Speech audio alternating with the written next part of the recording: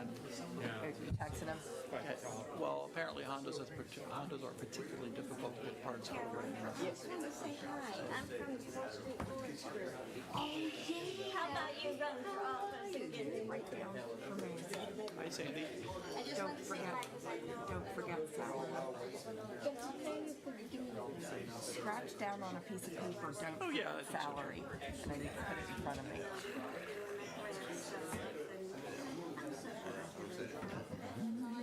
Honey, it has its purpose. Go over, and I guess you're waiting for them or something, and you go there, you gotta assume that they're armed. I'm aware of. It's kind of weird. It scares me. I'm gonna have to go back to the doctor. I'm having trouble with my right eye being clear. I can't get it clear. Anne-Marie, is someone here from the Lions Club? Huh? Is someone here from the Lions Club? Oh, that needs to move to next month. Oh, okay, well, I'm thank you. sorry. Where is? An email came in while I was gone. Okay, but, all right. That's next month. Yeah. They Okay. couldn't make it tonight. Okay, I was like looking around the room like, No, you're good. Sorry. No, where is it? Oh, I see. E5. Yeah, the Lions Club's coming up.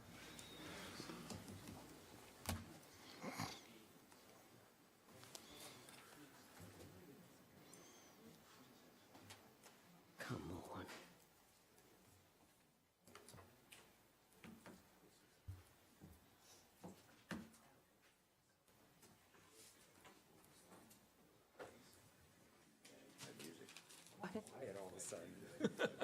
Arbor, I'm having trouble with my pen. Yeah. Oh my gosh, these glasses are filthy. Can't see. It's the right eye of mine. I went home and I put drops in it again. I'm putting drops in one, drops in my, but I can't get Hey, it so clear. we got plenty of I time. don't know what it is. Does it look funny? I can't get it clear. Okay. You were smart last week, right? I know, yeah. I did. So You guys, I'm supposed You guys to ready? put drops in my Yep. eyes and close my eyes and go to sleep. But what I've been doing is putting the drops in my eyes, running around the house, and then taking a bath. And I think maybe I should not do that. Supposed to do. I'm gonna be good.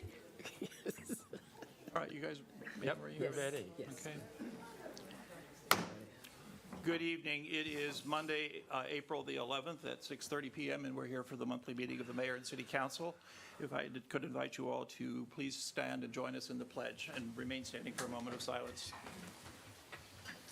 I pledge allegiance to the flag of the United States of America and to the republic for which it stands, one nation, under God, indivisible, with liberty and justice for all.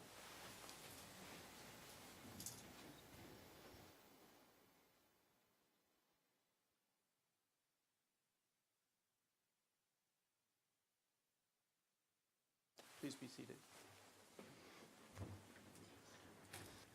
Thank you all for coming out on what turned out to be a beautiful spring day. A couple announcements before we get started with the meeting.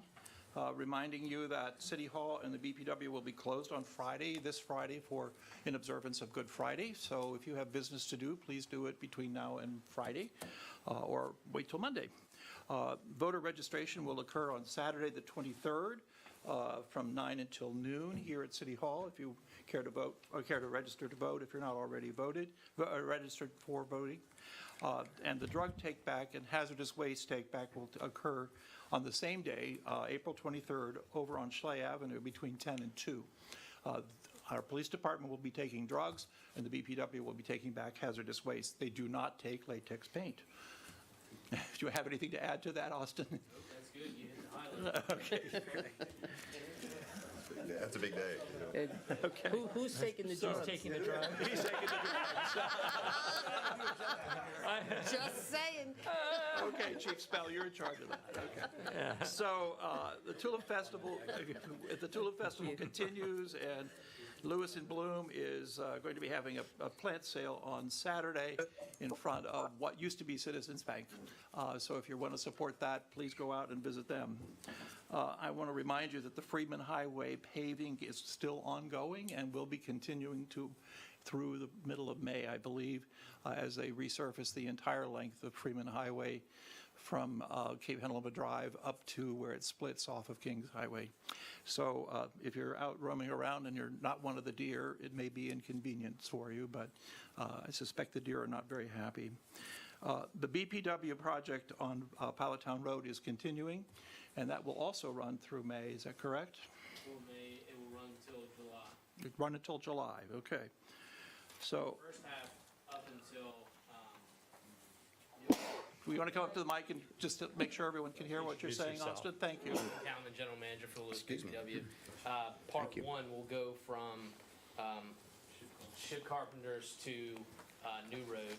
That should be done May 15th, May 1 to May 15th. And then part two, which will go from New Road to Lewis Dairy. And that will be done roughly mid-July. So the more heavily traveled portion of the road will be done by mid-May. Thank you. And then we have a new building official. Our new building official is John Rabatelli. Is that correct? Yeah. Rabatelli, okay. And he joined us a couple weeks ago, and he's a seasoned building official, and we welcome him along with Joe Penbrook, who's been with us for some time, and Steve Burrows, who's been with us for a number of years. So those are the announcements I have for tonight, except to advise you that item E5 on the agenda, which is a presentation by the Lions Club, is being deleted. Anne-Marie, do you have any announcements at this point, or does anyone else at the table have any other announcements you need to make or care to? I have an announcement. I was going to do it with my monthly report, but I'll do it now. Okay. So our employees decided that they wanted to create an award program, an Employee of the Quarter program, and nominations for this are submitted by the peers of the employees. And our first Employee of the Quarter award is being given tomorrow. And so I will make the announcement now. So Lenora Dillinger, our tax and accounting receivable specialist, was nominated and selected by her peers to recognize her outstanding performance, her ability to empower coworkers, and enhance productivity with a commitment to providing public service excellence to the city of Lewis. And I know one of the things that didn't take place this past quarter, but I think most people who came to City Hall at all during the pandemic knew, is Lenora was one of two people, and Ellen Lorraine was the other, who were consistently in City Hall throughout the shutdown. So I think, we certainly appreciate that, but as we've brought on new staff, she's done a phenomenal job of training them and working with them to develop our talent. So we're excited that our employees have taken this initiative and that we can share that. That's great. And congratulations to Lenora. Not only is she does she do all the things that you've mentioned, but she also was the person who was at the window when City Hall was closed. She was the voice and the face behind the window. Yep. For anybody who needed to have service from City Hall directly. So congratulations to Lenora. And although her job title as tax person may not be the most popular thing at this time of the year, she really does do a phenomenal job. So we thank her for her help, and I'm glad to see that we got that award system up and running. Thank you.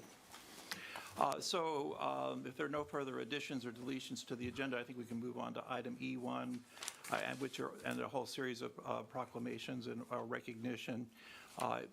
This is the 53rd Annual Professional Municipal Clerks Week. Kayla is our clerk, and Kayla joined us earlier this year, and she's doing a great job. So this is recognition of her efforts and recognition of all city municipal clerks. Also, it's the May 1st through the 7th is recognition of public service, and this recognizes all public and service employees. And then moving on to item E3 is about Arbor Day, and Arbor Day is a big event here, and I would ask Janet if you'd like to say something about Arbor Day. Arbor Day is going to be featuring children this year, correct? Yes. Janet Reeves. I'm the Park and Marina Administrator. And this year, we are collaborating with the Lewis Public Library teen program, the Roots and Shoots program, as well as the Delaware State Urban Forestry Service to plant 25 trees in George H.P. Smith Park and just give a little talk about proper tree planting and maintenance. So it's a really exciting collaboration, and with COVID over the past 2 years, we haven't really done a big event. So this will get us kicked off again for a nice Arbor Day celebration. Thank you very much. Look forward to that. And it's great to, it is the 50th anniversary of the National Tree City Awards, and we've participated in that, I believe, for 20 years? 21 years this year. Okay, great. Yes, and Kim, if you'd come up, please, and identify yourself. Kim Avazian, 312 Pilot Town Road in Lewis. I wondered over the years, and the Arbor Day issue sort of perked me up, except for one thing. We don't have a tree ordinance. No, for private property, we do not. You're correct. I know, but living in a neighborhood which was surrounded, filled with trees, and seeing property owners just chop them down has been a great sadness. It brought great sadness to me. And have you ever thought, or has the council considered having a tree ordinance? We have discussed it. We have not adopted one, but it is something we can look at again. Okay? Because as more and more people buy these houses in the historic district, and then one of the first things they do is cut down several trees, mature, Do you have another pen? beautiful My pen's trees. done. And that just ruins, in my opinion, the atmosphere, the ethos, the whole point of having a historic district without any trees. Right. Well, trees are, do really good things, like help absorb water and produce oxygen and things like that. So I get your point, and we will certainly. So Jeanette. just something to bring up, and I know this is not on the agenda, but since you talked about Arbor Day, I thought I'd sneak it in. Okay, Thank that's you very good. much. Thank you very much. Thanks, Kim. And then the final recognition this month is for National Police Week. And again, Chief Spell, and we thank you and all your officers, and it's been an exciting day for you. Yeah, thank you, Mayor. In cooperation with the Lewis Police Foundation, we are going to roll out a couple things during that week. We're still in the planning process, but thank you for making note of it. Okay, great. So then we can, with those completed, we can then move on to the consent agenda. The consent agenda consists of the mayor and city council meeting minutes from our February 18th, 2022 meeting minutes for the budget, and our budget meeting minutes from February 25th. So those are the meeting minutes for that, along with some city council meeting minutes that had some corrections to it that were back in January of 2022. Okay, and then we also have the Board of Public Works meeting minutes from February 10th of 2022, the financial activity reports, the police department activity report, and the fire department activity report for the month of March. Does anyone want to hold any of those items out for discussion, for separate discussion? There were some corrections on it. February 18th, you get those? They were clerical corrections. There was one thing that was stated in one of the budget meetings and then corrected in a subsequent budget meeting that you had pointed out, but the minutes reflect what's said in that meeting, so the correction will come with the Okay. the If next those one. corrections have been recognized, I'll make a motion to approve the minutes by consent agenda. I'll Okay. second them. So we have a motion and a second. All in favor? Aye. Aye. Great, thank you very much. With that, we can then move on to the city manager's report. Anne Marie, the floor is yours. All right. Jillian, can you put the slides up? So,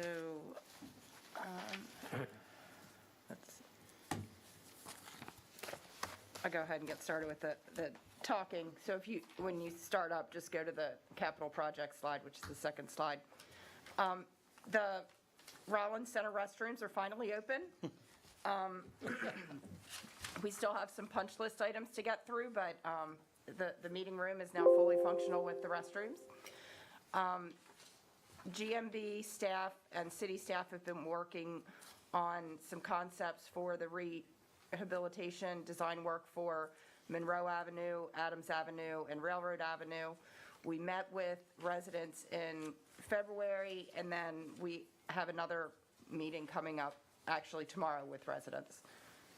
So we're refining the ideas for how we address those streets along with the residents. On the next slide, the Dutchman's Harvest Sewer Project has begun. I call it that. I'm sure you call it something else, right? Savannah Road Sewer. Okay, they call it the Savannah Road Sewer, but that will include both the area of Savannah Road in front of Dutchman's Harvest and Donovan Road, and that project will go through early summer, correct? Started today. Okay. Pilottown Road, again, as Austin stated, the section up to New Road will be done by May 15th, and then the area beyond New Road will be done by mid-July. On March 29th, DelDOT held a workshop on the bridge replacement for Canary Creek on New Road. That project will begin in fall 2023. I know that there were a lot of comments shared by the public. You can go to the next slide.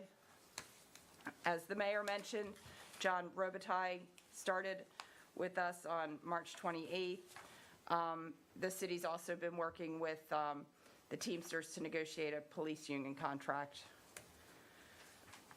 We were very active in professional development during the month of March. Several of us attended the electric vehicle charging station training offered by the Institute for Public Administration on March 9th. I served as an instructor for the Introduction to Land Use Administration training on March 10th. Again, that's with IPA.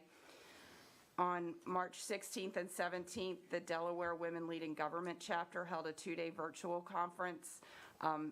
Melody Barger and myself were the lead in planning, and really Melody did all the real work. And then Shelby Shockley and I both were presenters at the conference as well. We had, I think, 62 building permits, no new homes, mostly renovations. Our trash was a little bit up from last year. Yard waste was up, but again, that usually relates more to how the pickup days get spread throughout the year. And as you can see, we started preparing the beach because we had almost 11 tons of beach rake. 3 bonfire permits, so again, bonfire season is coming. 22 new business licenses and 13 new rental licenses. I don't know how many of those were due to the host compliance. I meant to include that. Henry, on that, when you say new, is that, those aren't renewals, you mean these That's are new. new companies coming in? Exactly, yep. I have a question, please. About the beach rake, is that the number of hours that they No, spent? that's the ton of, Debris. Debris. I see. Okay, got it. Thank you. Tonnage. yep, Okay. tonnage. So staff, mainly Ellen Lorraine and Khalil and Carolyn have worked very much on the Lewis line project, getting that ready to go live next month. We also worked with Mayor and City Council to get the budget to its adoption on March 21st. We had the first in quite a while joint meeting with BPW on March 28th, and I think we all agreed that was a success, and we will continue that dialogue in future meetings. We have continued to work on the details of implementing the beach parking improvements that we determined would be done for the upcoming season. Some of that in terms of ordinances will be coming back to you likely next month. The ad hoc committee for the review of the Code of Ethics completed its work, and that ordinance is on this evening's agenda. The mitigation planning team met on March 2nd, and the city had a tabletop exercise to simulate the response to a hurricane. I think we all found that to be very, very helpful. We met with the Greater Lewis Foundation to discuss some improvements to Canal Front Park. We did appropriate some funds in the FY23 budget. We also met with the Greater Lewis Foundation regarding the community exhibit room in the Lewis History Museum, and they will be working to coordinate that because it's kind of gotten a little stale. It has not been actively managed. And just to be clear, that was not on the Historical Society. That was a room retained by the city for nonprofits. We attended a virtual meeting with the governor's office and then a subsequent Recover Delaware Roundtable discussion to discuss the bipartisan infrastructure law. And the vast majority of those funds will come directly through the federal government. For water and sewer, the funds will come through the state's the state revolving fund loan programs. And that is what I've got. Great. I have one question I'd like to ask. Going back to your meeting that you're scheduled for Monroe Railroad, that project, will that meeting be in person? Are you the neighbors coming here? It is in person. It's at the Rollins Center. There were several neighbors that said that they were not able to attend in person and requested a Zoom link, so we are providing a Zoom link. Okay, so it's a hybrid. Okay, thank you. You're welcome. Any other questions from the table? No, I'm good. Okay, great. Thank you very much. Any questions from the audience regarding this? Okay, thank you, Anne Marie. Very nice job. Okay, so then we can then move on to item H1, which is presentation and possible action on an amendment to the noise ordinance regarding outdoor amplification of businesses with approval of the Office of Alcoholic Beverage and Control Commissioner. We heard this as a discussion item at last month's meeting, and there was a suggestion made that we should hear from the public. And as is typical with Lewis, we heard from the public. So we thank you all for taking time to write and share your point of view. I just can provide some information about the numbers that we did hear. We had a petition with 107 signatures opposing it. We had 92 letters opposing it that were separate. The petition had some overlap with some of those letters. And then we had 31 responses that were in favor, and we had 8 letters that were non-committal but made comments about it and offered some suggestions as to how we might go forward. I think overwhelmingly the response was people would prefer not to have amplified music. And so this ordinance is up for consideration. You'll recall that this ordinance, as it was drafted, allowed for amplified music between the hours of noon and 10 p.m. And if it were adopted as it is written, it would have allowed this to go on throughout the year without any limitations in terms of numbers or times that it could be done. So the public comment period did close. So we are here tonight to, amongst the table here, discuss how we would like to proceed. Khalil had made the initial suggestion that we seek public input, and I thank you for that suggestion because I think it was very important that we heard from people who not only live in close proximity, but other people who live in the city, and we've had some issues with noise in the past, and I think that what we heard is consistent with what we've heard in the past. So I would open it up for discussion at the table, and who would like to start? Khalil, you want to start? Sure. As the mayor said, I mean, we had public comment for a month, and boy, did we hear a lot. And a vast majority of the emails were opposed to the proposed ordinance. I will say that a vast majority of them were also very constructive in tone and such. Some were not. Some were very bitter and angry, frankly, about the idea we were even considering this, citing one of the core values of busy days and quiet nights, and that we would be violating that by having outdoor music. I will point out that this came to our attention from our restaurant community who requested this. It's something that's been requested in the past but never enacted.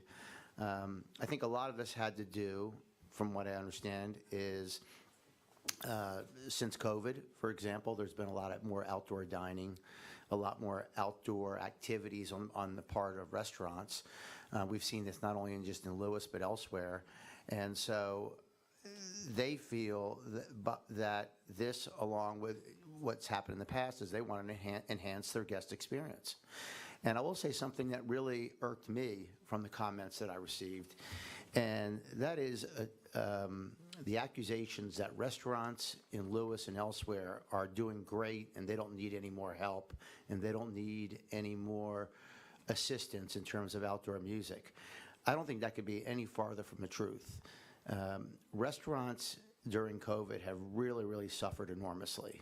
And the Delaware Restaurant Association, for example, provides numbers that, 4,300 employees have been lost, over $1 billion in revenue has been lost, and it's been a challenge for them. And I think we all go by Lewis, we go by 2nd Street, and we see restaurants busy, but we also don't know that they were closed for a long time. Some got relief through the PPP program, some didn't.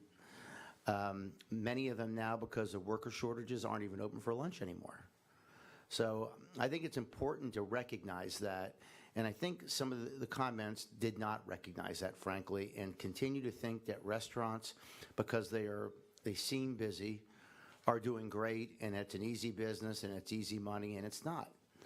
And so I think when they came forth with this proposal, I know I took it seriously. I think most of my colleagues, all of my colleagues, took it seriously as well.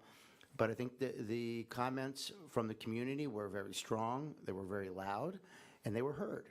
So I think as we move forward tonight with this discussion, I'll stop there, and I think we probably should consider this ordinance this evening and make a statement on that, but I think there's probably more others want to say about it.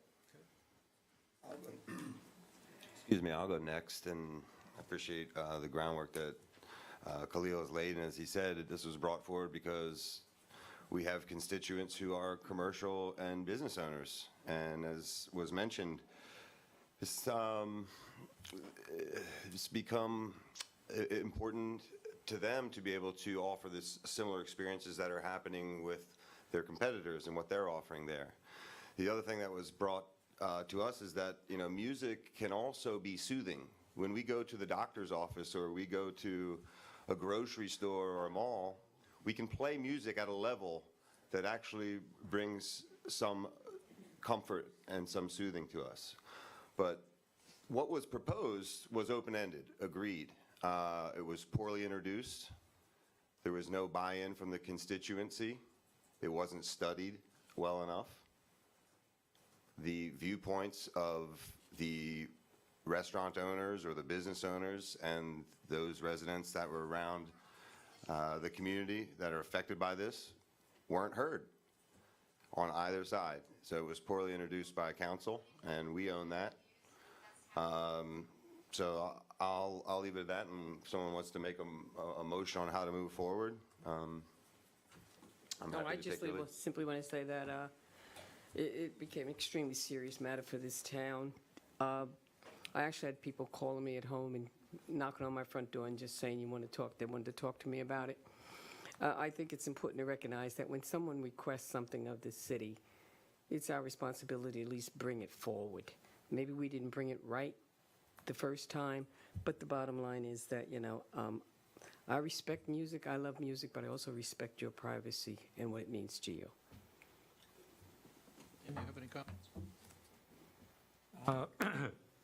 I think we all talked to the same people, and we all heard from the same people and read the same emails. There is, at this point in time, there is no public support for this particular ordinance, Right. and as it's written. And what I would like to see us do is, if you will accept, is it appropriate to make a motion at this point in Sure time? it is. What I would like to see us do is, I will say, I'll use the word defer. I'm not quite sure if that's the right word to use, but I'll use it. And put this aside, and with the idea that we will reach out to the community and we will see if we cannot create some other level of discourse at some time, I would suggest in the fall, after the summer season has concluded, and see if there is any common ground that can be reached. And the reason I'm speaking to this way is when this ordinance first came up and was introduced and received a tremendous amount of pushback from the public, I took that to heart, and I got it. I got that message. And then some of those same people who spoke against it have now contacted me, and they said, well, maybe there is a way to go forward. So frankly, I'm confused at this point in time what you all want, what the community wants. I know there seem to be two definite camps. I get that. I'm just looking to see if there's any opportunity for common ground. That's all. And so it would be a public exercise. I'm suggesting, I guess it would be called a workshop. Or it could be, I mean, I hate this, another committee. Oh, yeah. You know, we do a could have, you know. I think, I mean- the question, do you want to defer this, or shall we take this particular ordinance off the table and then bring back another ordinance? I would actually go that route. I think that we need to be clear. I think we need to be clear that. I agree with you. That's An why. ordinance in this form won't come back in front of the public. So we will, second that I for think that we'll So kill he's had a this motion ordinance that's started. in front of us with the understanding that in the future, there will be potentially a committee or work group formed that will look into how this could be maybe a halfway house for everyone. And because again, I think there was also a misunderstanding of, I think this idea that there's going to be bands every night. Some of these folks want is really just ambient music played into their courtyard at a level that's not able to be heard beyond the courtyard. So this is some of the things that we can look into. Okay, we can nod, but we need, they have the opportunity and they deserve the opportunity to study that out, play that out. And it can be defeated in the public, or there can be support. But this is the fair process. Okay. So we have your motion, I'm second that. I okay, think we should. your motion, and My motion is. So We're saying Councilperson that Richard made You the need to motion. withdraw. Are you withdrawing? yeah, go with, Good. I figured I was going to ask Good. that. Sorry, Tim. So you made a motion, he made a motion started, and He you made it amended different. it. Yeah. But basically, then Yes. Carolyn is seconding it. I think this is a good way to go, and I think that, I think we should probably assure the public who are here tonight and who are listening in that this is a project that we would not pick up before fall. I'm sorry, Kayla? Yes, Kayla? Hi guys. Can you read? So Do what your happened? motion. So what happened there is, Withdraw his motion. He Tim's did. withdrawing, yeah, he did. I have that. We I stated vote that. no on the proposed amendment that's in front of us regarding the noise ordinance. Right, Right. Okay? And Carolyn, you've seconded that, correct? that's correct. Okay. So I would note that this has been a topic of discussion over the past years, and it's always come up with a discussion. And I think we've had some suggestions that came in that offered some alternatives that I think were worthy of further consideration.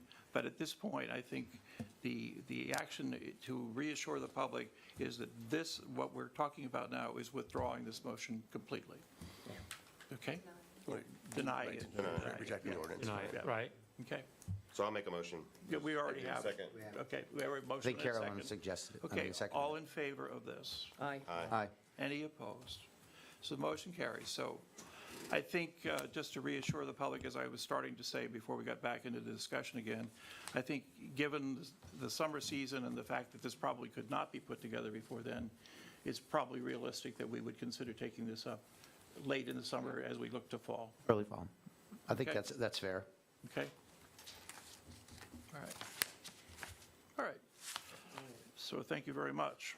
I think it was, certainly, again, want to thank all the public for writing, and I think it was interesting to see, as people thought about it, what alternatives might exist. So, okay, then with that done, let's move then on to item new business, which is presentation, possible action on a resolution to set a public hearing on ordinance 4-22, an ordinance to repeal and replace entirely Chapter 170 subdivision and land development code and portions of 197 zoning that reference Chapter 170. This is a very extensive amount of work that has been done. Would you care to comment? Janelle, you've been working on this, and the whole committee has been working on this for a long time, and I, first of all, want to thank the committee for all their work. Yeah, so Nancy Stacy's been the chair of the subcommittee for the subdivision code. The subcommittee spent a lot of time looking over the code and trying to come up with new processes. This actually brings in the mayor and council much earlier into the major subdivision process. It provides a cleaner understanding of the process, I think, for planning commission, public, and mayor and council. So it cleans that up. It adds more clarification of what the code intends. And I know we have like those 20 items that are discretionary that they actually could put into a purpose statement or the intent statement. And then we actually provide standards and guidelines to clean that up a bit.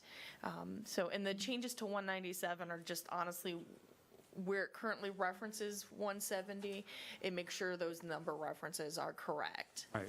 So that is the intent of the ordinance. I do know Nancy Stacy has provided, and it is on the website, and with the Planning Commission meeting, they held a public hearing, a very detailed PowerPoint presentation explaining the changes and all the items that have gone into where we are. So we've looked at the schedule, and it looks as though that first week in May, when we had normally would hold our meeting for a public hearing, is already jam-packed with other meetings that we've decided that perhaps we should look at another date. Anne Marie, do you have that date? So just looking at the calendar, we could do May 10th, 11th, or 12th, depending on your schedules. May 10th, 11th, or 12th, right? 10th is best for me. It's a Tuesday, Wednesday, and a Thursday. What time? We've been doing 6, well. 6 or 6:30? Either 6 or 6:30. The last 6 o'clock hearing, you had somebody suggest that we go back to a later time. Exactly. I can only do the 10th that weekend. Okay. And, That week, rather. And that's what, Yeah, I can, the 10th is my thing. okay. That's good for you, too? Yeah, Does that 10th is work for good you, me. Andrew? That's a Tuesday, right? That's correct, Right. Tuesday, Is that good? And what time, please? At 6:30. 6:30. Okay. May I speak to this for a Sure. second? I'm addressing this to everyone who's attending this meeting. I want to encourage you all to access this document that has been produced by the Planning Commission and read it. There's a lot of material here, and it's really important that we hear from you at this hearing. And this represents an awful lot of work. Yeah. Yeah, it is roughly, with the document that is online is roughly 100 pages. Yeah. So if you need to give yourself some time to study Right. not all of it is written, but there's a lot of information here. The community's asked for us to look at the zoning and the planning. This is the result. These are some of the results. So show up. It's an important hearing, and we'd love to see you come out and make comment on it. It will not be, considered immediately, but we need to hear your public comments on this as at that hearing, if at all possible. So, thank you very much. So we need a motion. Is there a question? Yes, Richard.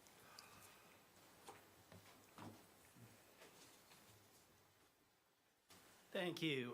Rich Innes, a recent appointee to the Lewis Planning Commission. Thank you. I just want to emphasize the great work that has gone into this. It is long, but that's because it got harder to strike and insert. So it actually isn't a complete rewrite, but there are some significant changes in there. My comment is that this is going to allow the town of Lewis to take back some of its authority over its future. My view is that the current code, which has worked, but it's somewhat dated, has allowed development to occur contrary to the comp plan, contrary to the wishes of the citizen. This really gives some of that back. I would, and it'll probably go through some revisions. I'm sure we'll get some great comments on it. But it is a great start, and our hat is off to Nancy and the committee and my fellow commissioners. Thank you. Thank you. So again, we encourage you to come out. Rich, thank you for speaking up. There is a lot of information there. I've read it at least once or maybe twice at this point, and there's a lot to be considered there. But I do think it does, as you suggest, give us some opportunities to reclaim some of the things that perhaps had been overlooked in the previous edition. So we need a motion to set the hearing for the 10th of May. I'll make a motion. Second. Okay, we have a motion and a second to set the hearing for the 10th of May at 6:30, and we'll do this at the Rollins Center. Correct? Correct. Okay. All in favor? Aye. All right, thank you very much. So then let's move on to item I2, which is presentation of possible action on the city manager's recommendation of candidates for mayor based upon their qualifications. Anne Marie, the floor is yours. Okay, so sections 5 and 6 of the charter specify the qualifications for candidates to file for municipal office, mayor and council, and also specifies the window of opportunity, which went from March 1st through Thursday, I have my dates all screwed up. Thursday, April 7th at 4:30 was the filing window, and the charter prescribes that the city manager is supposed to review each for the qualifications and present to mayor and city council in the April meeting the slate of candidates with a recommendation as to whether they meet the qualifications. So to that end, there is a memo in your packet that reflects this. We have received 3 filings. We have 3 candidates. We have determined that they all meet the qualifications to run for mayor. Those candidates in alphabetical order are Theodore W. Becker, Richard H. Moore, and Andrew Williams. Again, the city manager's determination is that these candidates meet the qualifications to hold the elective office, and it is for those disinterested members of mayor and city council to act on that. So. Okay. So The motion? you need a Yep. motion and a second. I'll make a motion that these 3 candidates meet the qualifications to run for mayor. So I'll second that. we have a motion and a second. All in favor? Aye. Okay, thank you. So just, Kayla, for the record, there were 3 votes on that. Yes. 3-0. So, and I do want to, No, 3 and 2 abstentions. right. Oh, that's right. Right. Sorry. Three yes, 2 abstentions. Okay, so we did, there was a question raised about the exorbitant salary that we pay our elected officials.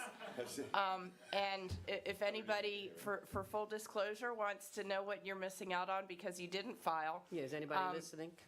So our council people get I think we call it a stipend, it's not a salary, of $3,000 a year, and our mayor gets a stipend of $4,000 a year. And we don't So- spend it Thank all you. in one place. So I think it's also important to note that salary level or that stipend level was set at the time the ordinance was approved to pay it, and could you care to tell us how long that's been? 2015. 2005?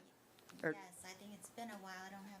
Yeah, I think it was before 2005. 2005. Yes. I think it was in the late 90s, and it has never changed. There is a rumor, though, if you Google Lewis mayor salary, it's like $180,000. Yeah. So, So we'd like to, That is, just Google it, you'll see. yeah, it is good, and it's there, and ZipRecruiter.com published that. Yeah, that's And what I I got some phone calls last week, and this morning I spoke with the mayor of Middletown, who happens to make, according to that, $186,000. So obviously, don't believe everything you see on the internet. So- Yeah. While we're talking about the election, may I ask you a question, Anne Absolutely. Marie? Can you tell us all about the what the process is going to be this year with respect to absentee balloting, voting, and registration? Yep, so we are still doing registration. You can submit it via email. You can come in and register. The last day we actually do have an election page that Kayla's been keeping up to date on our website. So if you go to,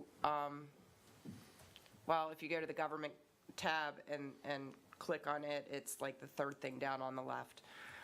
So we will have City Hall open on Saturday, April 23rd from 9 until noon for people to come in and register in person, but you can also submit it by email. We ask that you submit your driver's license so we can verify your residency. Now that the council has accepted the slate of candidates, we can begin to send out absentee ballots. So I know we've had about 10 people already submit applications for absentee ballots. The application for the absentee ballots is on the website, but obviously you can certainly call. And when is that due, the cutoff date? Do you know that yet? So technically, you can vote absentee right up to the day before the election. I think in our code, it's the day before the election. But from a timing standpoint, if you're mailing, right. In the past, when people have requested an absentee ballot near the election time, within a week to a week and a half, we've suggested that they come in and pick it up. Okay. So. Thank you. Thank you. And Election Day, just so everybody knows, is May 14th, 8 a.m. to 6 p.m. right here. We'll be here all day. Yep, all day. Okay, thank you very much. Thank you. Then moving on then to item I. I'm sorry, one more thing. Registration closes on Friday, April 29th at 4:30 p.m. April 29th. Okay. We then move on to item I3, which is review and discussion of a possible regarding MS-122 lands of Ramco LLC for a minor subdivision. The minor subdivision is to create one additional parcel of land at 512 DuPont Avenue. The property is zoned R4, and the tax parcel number is 335-8.07-32.00. This property is the last property on DuPont Avenue before you get to the school. And there's a house there that would have to be removed in order for this subdivision to go forward. It does meet the qualifications. Janelle, would you like to describe further? I'd be happy to, thank you. So this is a minor subdivision. It is located within the Burton subdivision, so the lot size is actually reduced from 5,000 square feet to 4,000 square feet. The proposed lots will meet those requirements. One will be 4,000, one will be 4,500 square feet, so they do meet those requirements. The lot depth, they're both going to exceed the lot depth. Required is 75, proposed is 100. Everything will comply with the new requirements. The Planning Commission did consider this application at their meeting on March 16th. There was discussion regarding the history of and the lot sizes within the Burton subdivision. The Planning Commission has recommended approval of the minor subdivision with one condition. That condition is that the approval is that the existing buildings shall be removed prior to the recordation of the application, and then the motion did carry unanimously. Thank you. Discussion at the table? I have one question for Janelle. Janelle, on your report, the front page that you wrote, the summary, I'm a little confused about the line that says lot total lot. I'm sorry, it says coverage total lot, and then it says coverage underneath that. It looks like what it did when it printed was it should be lot coverage, House. the house, the total for the house, and then the total lot coverage. It just looks like when it printed or it formatted, the computer just wanted to add an extra line. So the maximum lot coverage for the house is 50%, and the maximum total lot coverage is 65%. And that difference between 50 and 65, it would be a driveway and the front walkway, that kind of thing? Sidewalks, accessory structures, decks, Decks, those patios. items would count towards the overall lot coverage. But the house has a maximum, can only occupy 50% of the lot. Right, and that's compliant with the code, right? Correct, that is the code requirement. Right, thank you. You're welcome. Any other questions from the table? Any questions from the audience? Okay, hearing none, is there a motion? I'll make a motion. Okay, is there a second? Did you make Okay, your motion is to approve, is correct? I think that was what, I'll make a motion to approve the lands of Rumco LLC for a minor subdivision, to create one new parcel of the lands at 512 DuPont Avenue, zoned R4, tax parcel 335-807-32.00. Yeah, that's it. that's it? I'll second it. Okay, we have a motion and a second. Happy with the condition? Yeah, with the It has planning. it has to be removal. Thanks. With the conditions. Oh, with the put- conditions. Yeah, sorry. Right, With the yeah. conditions previously put on there by the planning commission. Okay. And you're accepting that? Yes. amendment? Okay. All right, so we have a motion and a second, all in favor? We get the roll call or no? No, not on this one. Okay. No, it's not a subdivision. Aye. Aye. Aye. Okay, all right, motion carries. Then 5-0. moving then on to item I4, which is presentation of possible action on to approve the Savannah Road Water Sewer Project. This is, and perhaps Austin, you may want to speak a little bit about this as well, but this is a construction to extend water and sewer to the residents or the properties that are located along Savannah Road from Atlantic Avenue all the way out to the electric drop. Is that correct? Yeah, and that construction's all done. It's been done for about 6 weeks or so. Okay.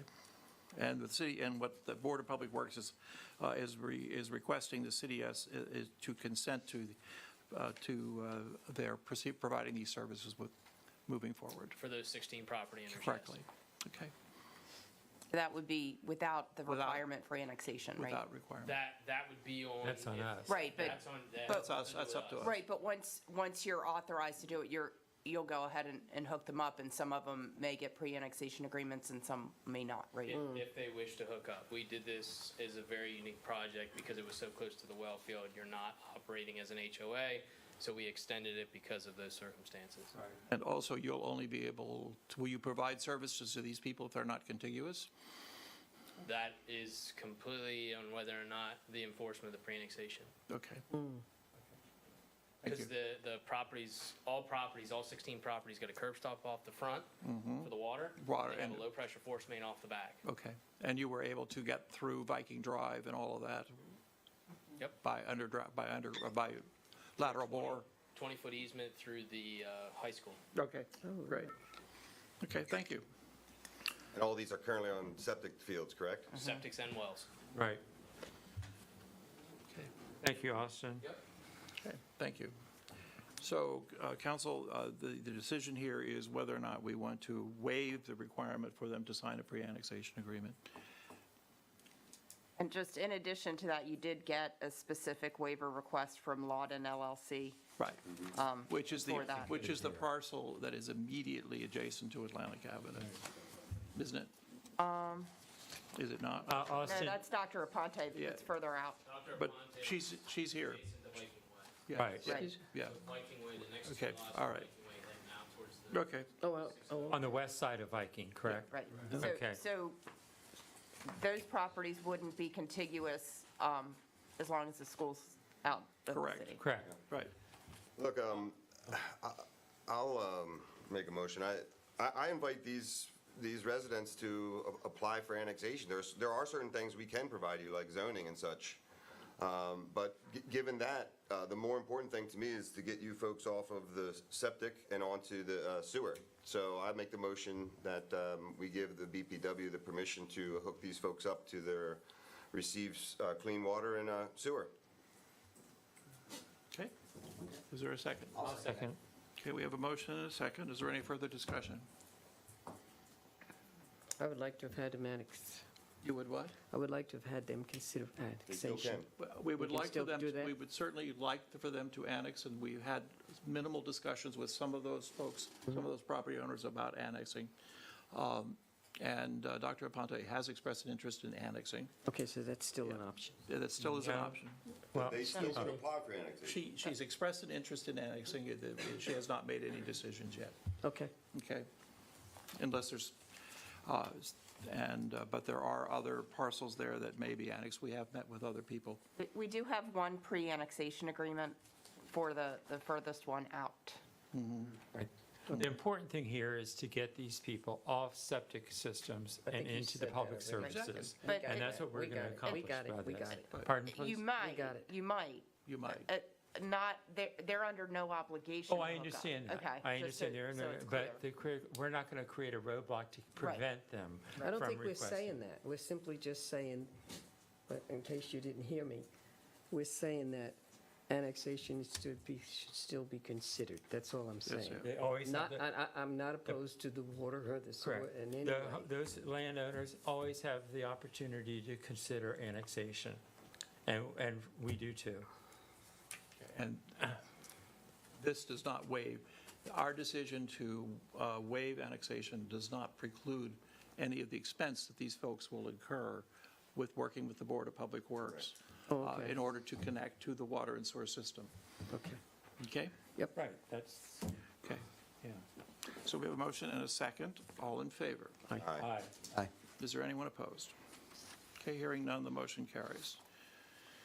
Moving then on to item I5, which is recommendation from the Parks and Rec Commission for the revision of the recreation activities policy. Janet, come on up and talk to them about it. You've got quite a few things here. Let's go. I do. Thank you. So this came up back in 2018. The mayor and council approved a temporary recreational activities policy.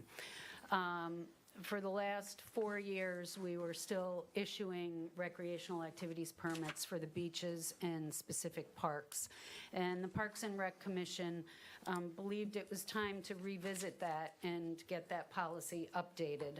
So the commission met, this was really a balance of commercial activities, which do serve as our recreation program in the city, because we don't have a formal recreation program per se.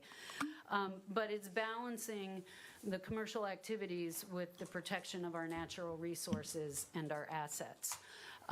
What we found over the course of the 4 years was that the recreational permit requests have increased by about 50%. In 2021, we had 7 requests for permits. In 2018, the first year of the permitting, we had 4.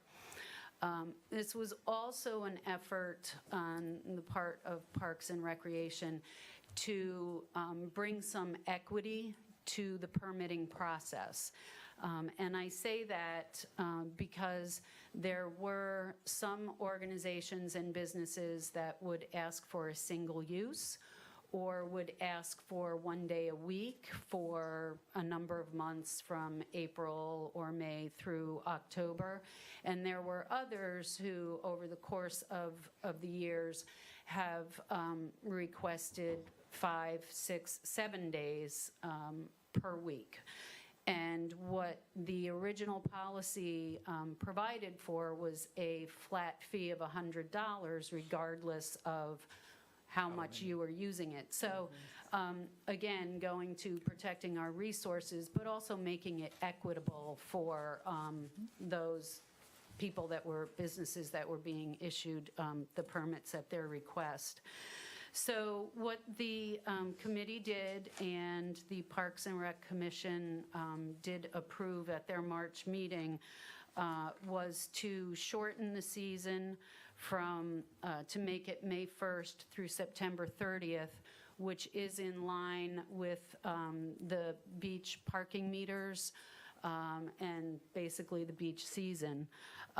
And many of the activities do take place at the beach. The other locations are Canal Front Park and George H.P. Smith Park and Stango Park. The other thing that it did was established a fee schedule based on the number of days the business is requesting to provide their service. So you'll see on page 3 of the draft, if it's a one-day or single-use request, it would remain the $100 for that period. And then it went up incrementally by $50 so that someone that was requesting 7 days per week for the season or any duration during the season would pay a $400 rate for the season. So that passed the Parks and Recreation Commission 9-2, I believe it was. So they are putting this forward to mayor and council for consideration.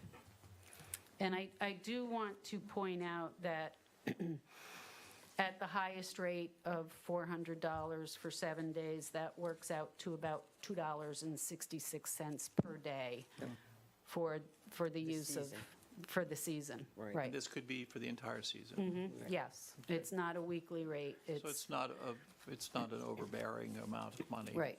That somebody would have to pay. Janet, do you recall why the two opposed, what their rationale was? Well, one was actually a member of the subcommittee who had put it forward, and then upon further consideration felt that it was an exorbitant 400% increase. Right. And the other member voted against it because we shortened the season. We took away April and October, but the review of the usage showed that it was only used in April once. So and again, it goes down to managing the resources and the assets that we have, and also managing commercial usage of the parks and beaches. I noticed that the ordinance is silent on what happens from September 30th on, and yet you've specified January to March as just having a permit. Right. Do you think that October, November should have some that should also be operated under permits, or do you just not have to get a permit in October and November? They just wouldn't have a permit. They wouldn't have, they wouldn't be doing recreational activities on the beaches under permit. Can they still do it? My question is. Oh, no, they shouldn't be doing them without the permit. But given the fact that you just said that you had one person who voted against it because the season was shortened from eliminating October, do you think you should still want to have a permit required in October? His vote against was because April was taken away. Okay. We did not have a lot in October either, but he was specifically talking about April. But did you have a lot in April? No, we had one. Didn't? Yeah. Right. Yeah, thanks. But so, We'll get to you. Just 1 second. Okay. I just wonder if we shouldn't, you're absolutely moot on what happens between those other months of the year, October to December. Okay. And I just wonder if we shouldn't address the whole, rather than leave those months out. We can do that. If we shouldn't modify this so that it says between the periods of January to March and October to December, or maybe from October to March, there are no permits only are required. Right. Rather Okay. than with no fees. With no fees, exactly. But it seems to me that leaving that gap creates some opportunity for confusion. Okay. Okay? We can make that modification. Okay. Okay. Are there other questions from the table? Yeah, I have some That's a good questions. Oh, Andrew, do you? No, that's a good point. I also had a similar concern that's been expressed by the two dissenters, that I just think the level that you get to at the 400, I can understand wanting to increase it some, but at the same time, then we may altogether discourage anyone from doing these type of activities, and the whole purpose, as you stated in the beginning, is to kind of provide recreation for the community. Yeah. So I'd probably like to see it tap out at around the 250K or 250 mark, I should say. 250K. I'm forgetting my day job. That would be Sorry. tapped Yeah, the two. Then you won't have to worry about any permits at that level. Your salary here. Right. The $2.65 a day, I mean, I think that's obviously accurate, but it's not accurate in terms of how often yoga occurs in Canal Front Park. It's not every day. The Canal Front Park and anything that's sponsored by the Friends Group is exempt from. Or From the the Lewis fees. Beach, I know there's, what I'm saying is this is not happening on a daily basis, is my understanding. Some are. There are some. 7 days a week? Yes. Can you give us some examples? Sure. So for this past year, there was a yoga group on the beach Monday through Saturday. There was a yoga group in George Smith Park on Fridays. There was a boot camp that operated for June through September on Saturdays. There was a yoga group that was at another location on the beach Monday through Friday. There was Another location, do you mean not at Johnny Walker or at Savannah? correct, Somewhere right. else? So, Right.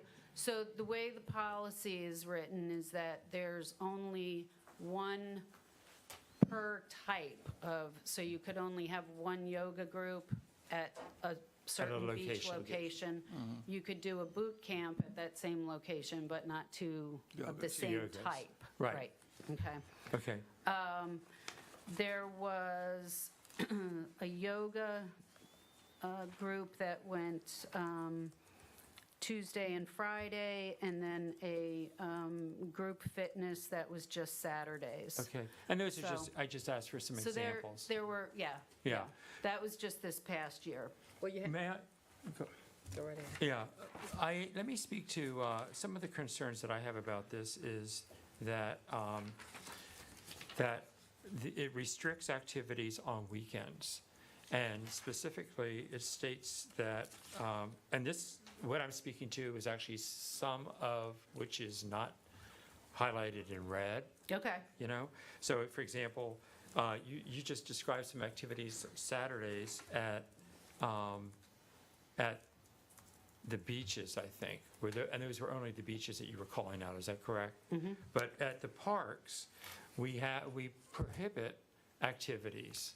Well, and And so when we look at the parks, some of that had to do with other activities that are happening in those parks at that time. For example, Tuesday night, Sure. Stango Park is the summer concert series. Sure.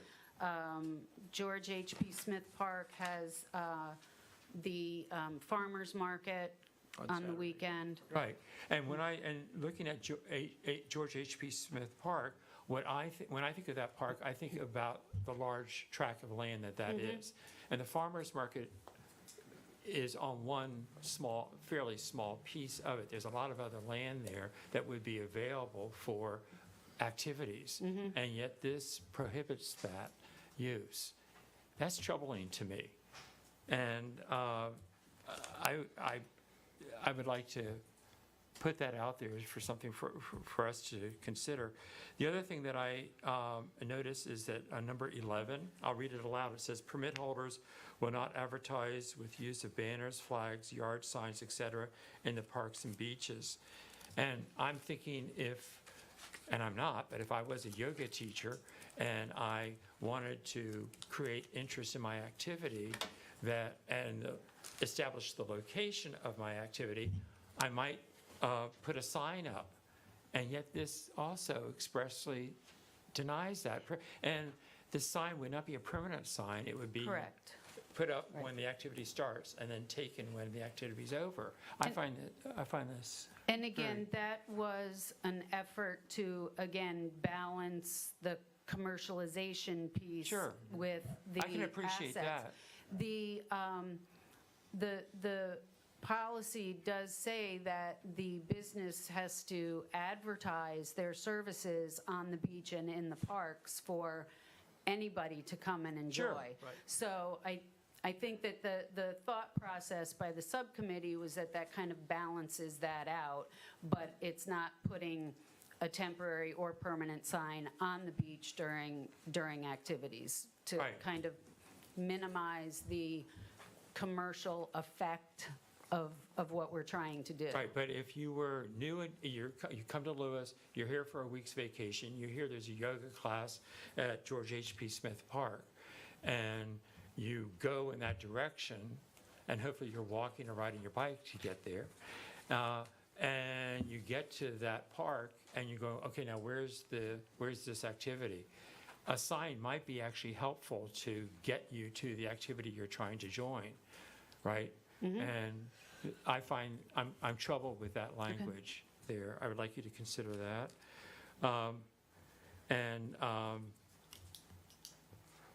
Let me see, there was something else that Jan, I'm looking at this chart here, and you specifically have 1 day, 2 day, 3 day, 4 Right. day, 5 day, 6 days. So, it seems to me that they should, and I personally don't see 266 as being a lot of money. The fees, looking at the seasonal fee schedule, when you say the number of days per week, could that also be stated number of days per season?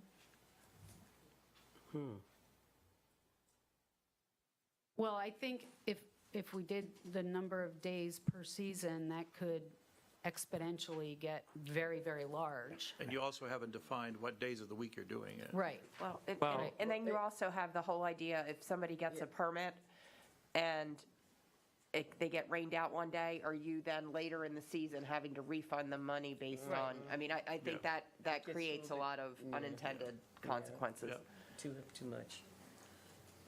So regardless of, if they want, if a business wanted to do it 7 days a week for the full season, that would be the $400. And it would be for every week during May 1st to September 30th. It could be. It could be. It could be. It might right, be. Right. But Right. if you broke it down to just 7 days per season or 1 day, that would exponentially increase. Increase it. Yeah, if you did, the $400 at 7 days times 12 weeks becomes a lot lower than $2. Right. Janet, Ask an accounting question. Oh, don't ask me an accounting question. What is, Please. Ellen Lorraine's here. Where do these permit fees go? Into what pile or account do these go? General. In general, right? So they're not funding any of our expenses incurred at these locations? No. Correct?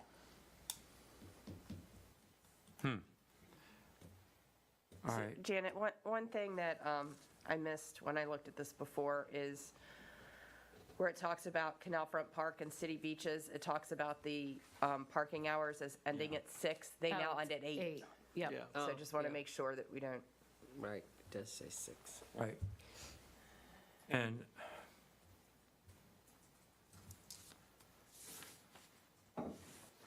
so at Canal Front Park, I think they've done yoga there in the past, right? Or some kind of stretching There's exercise. yoga Sunday morning and I believe Monday evening, and there's Zumba over on the overlook, Right, and that's Wednesday evening. okay. But those are all sponsored and organized by the Friends of Canal Front Park. and they're free to the public, right? Yes, So they would be therefore exempt from the schedule, fee schedule, correct? right. They take donations. The organizers, the businesses take donations for participating in the groups. So they'd be exempt from the fees. Correct. I think we have someone who wants to make a comment. Okay, we got a couple people who want to make, you, Ed, you want to come up? You were first. Thank you, Janet. You're welcome.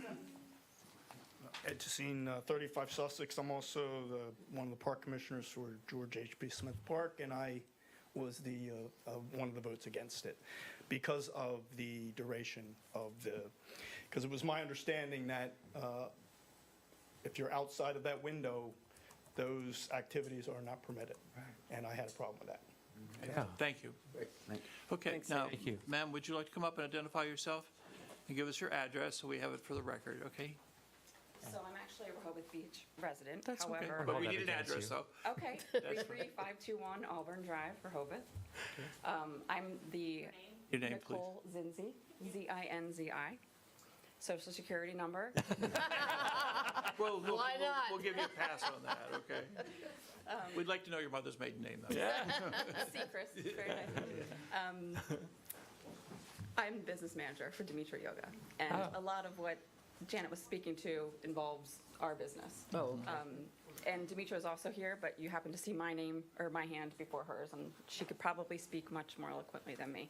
But 2 points that I wanted to just inform you on. Number one, Canal Front Park, all the donations we receive are donated back to the community. We do not profit from the Canal Front Park, period. Secondly, I do also question the purpose of the fee for beach use. It is exorbitant, especially when you consider what prior years has been and the research we did on other communities, other beaches. It is drastically higher. We don't make money hand over fist at a yoga business. What do you That's not do? why What do we they do it. at other beaches? You said drastically higher. I'd love to Do you know. have the numbers? Okay. She can answer that question. Ag team. You just come up and identify yourself as well, It's okay. I'm the other half. okay? I'm Dimitra Kitanidis, 35205 Pilot Boat Drive. Want to spell your last name for our, Yeah, she'll never get it. K-O-T-A-N-I-D-E-S.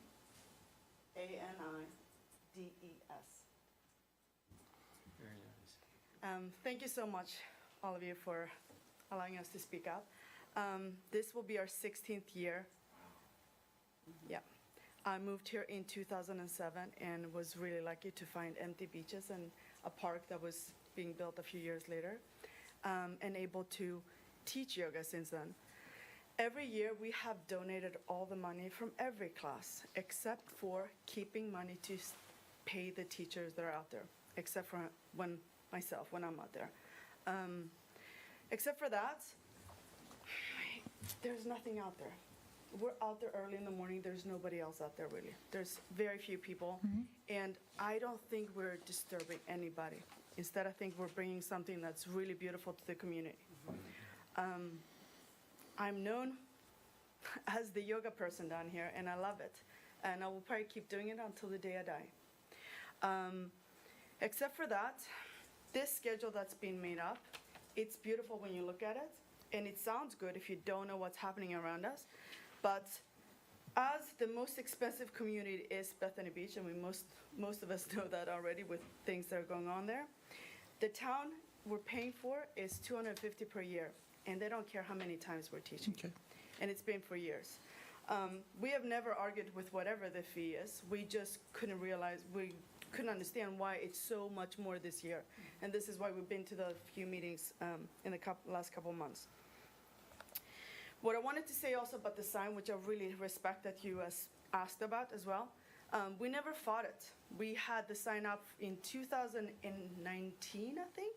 I think it was 2 years we used it to identify where we were, because a lot of people are visitors. They Correct. don't know. Which side of the beach instead of running back and forth.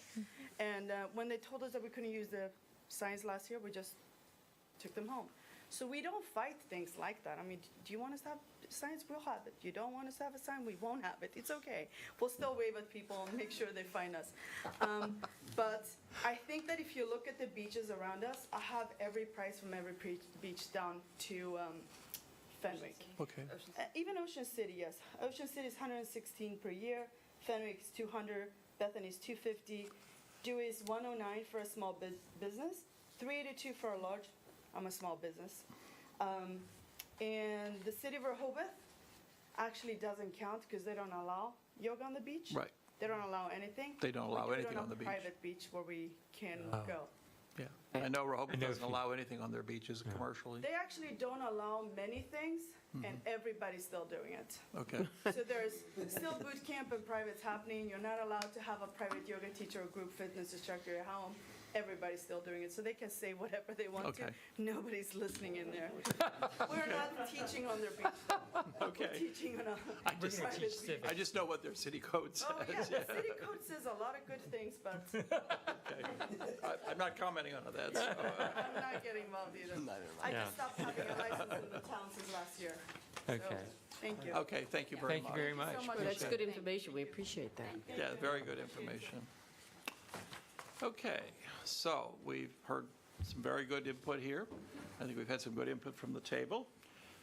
Janet, would you like to take this back to Parks and Rec and consider this again, or do you want us to make modifications here, or what's your pleasure? I can take it back to Parks and Rec. That's going to delay for the businesses. So we would continue to because- operate under the way we are?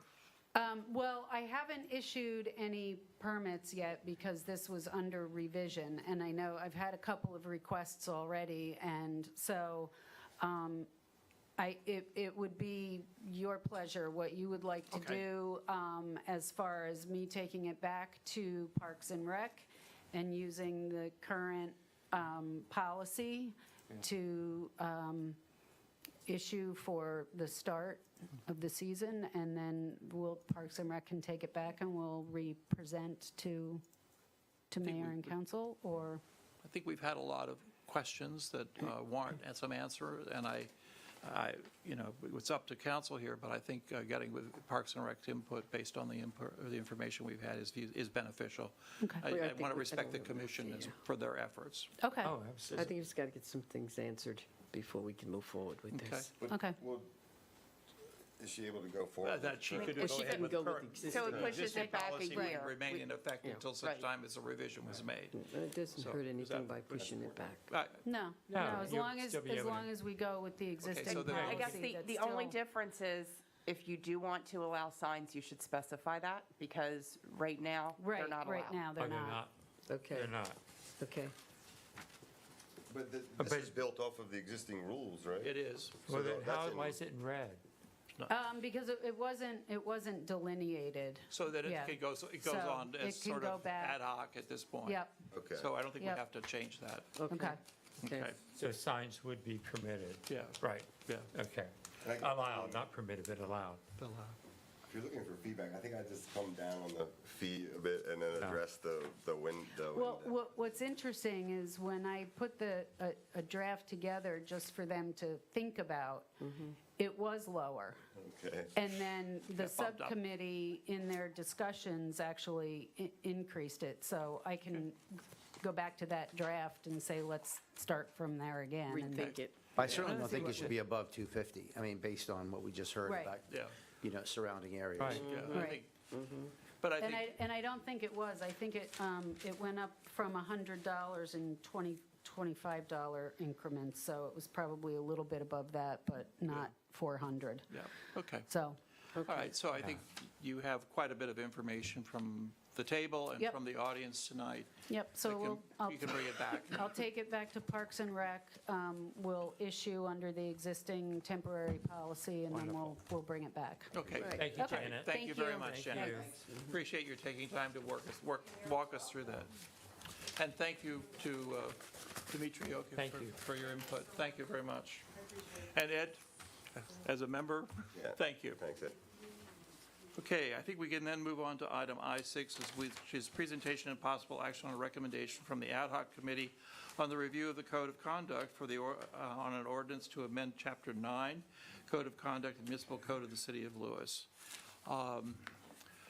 Anne Marie, you want to walk have through this? Mark. So I was going Mark's to here. defer Mark's to gonna- our chair. Yes. Okay, so Mark, your So, but floor is ju- yours. I just saw you so- come in, I didn't see you, Sat in the back of the room. Just so you know what you have in the packet. Mark Harris, 207 East Market Street, and Chair of the Ad hoc Committee, which was made up of Anne Marie and Drew McKay and Carolyn Jones and Kyla Pedrick and Matthew Boyer as our legal advice. You've got the papers in front of you. Correct. Just a very quick introduction and overview. The ad hoc committee was formed by you all and by the mayor in his appointment of the membership in order to take a look at the code because of a whole series of small pieces of stuff that he kind of mounted up.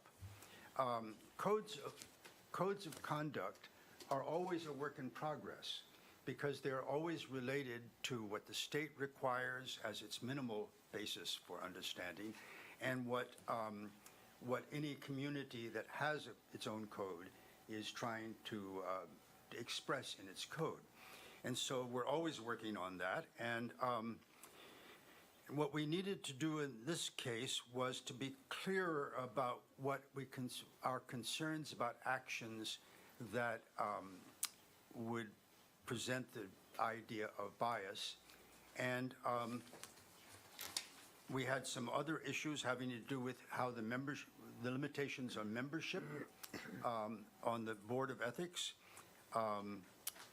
We had an issue about violations and whether or not violations automatically implicated you in having committed a misdemeanor if you were in violation. And that's what the code said. But of course, that raises the terrible prospect that as members of the board, we could not say that somebody had done something in violation of the code without having them subject to possible prosecution for a misdemeanor. We didn't think that was appropriate to have that total limitation on our actions. So we went into sessions and started working on this, and what you've got before you is our attempt at a solution. I think it's pretty close. Absolutely, it will need to be revised again. That is not an issue. But I think in terms of a working document, what you have before you is, I think, pretty good, all things considered. The most interesting piece of this, in my mind, is that at the very beginning, we have introduced a whole new section about the overview of the understanding of what the Code of Conduct is about, and we've lifted it from the state directly. Yep. Because it is what sets the balance of the issue. The balance of the issue is, on the one hand, we need a code of conduct that we need to hold people accountable for, right? And they've got to do it and account with this, right? And at the same time, you don't want to limit the ability of citizens who actually serve on council or on committees, from being able to speak in a reasonable way about issues in which they have opinions. So you have to kind of balance those two pieces. The state code was fairly clear about how you do that, or at least in general outline. And so we added that as just a lift from the state code onto our own code. You'll see that we also took out of the descriptions bias. We did not take out the content of that description. We placed it in another place. We placed it in a thing called, under C, exercising impartial and independent judgment. That begins at line 105. And there we reintroduced all the elements that were involved in the issue about bias. Yep. But this time under the issue of talking about how you make decisions, not about a general vague notion of bias, but rather about how we make decisions. And so instead of talking about not being biased in any manner, we talk about having decisions that are not biased. That's a quite different kind of way of stating this, making this statement. That because what that does is it says, we're not interested, at least on this level, we're not interested in knowing whether or not you're a bum in public, all by yourself out there in the world. Well, what we want to know is that your decisions that you make, that they are free of bias, or that they're able to be impartial. And so that's the way we tried to re-describe and re-center this piece of the material.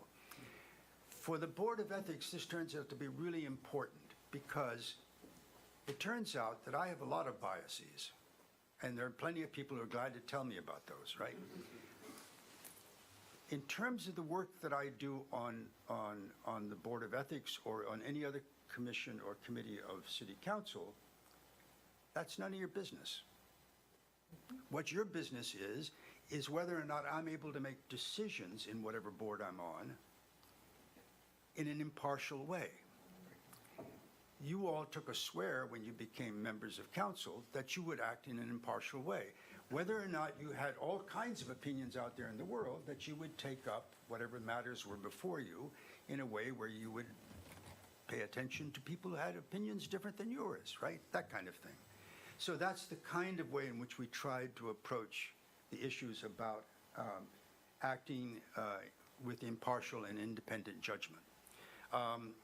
The issue about who can be a member of the Board of Ethics. Mark, can I ask you a question about that piece on C?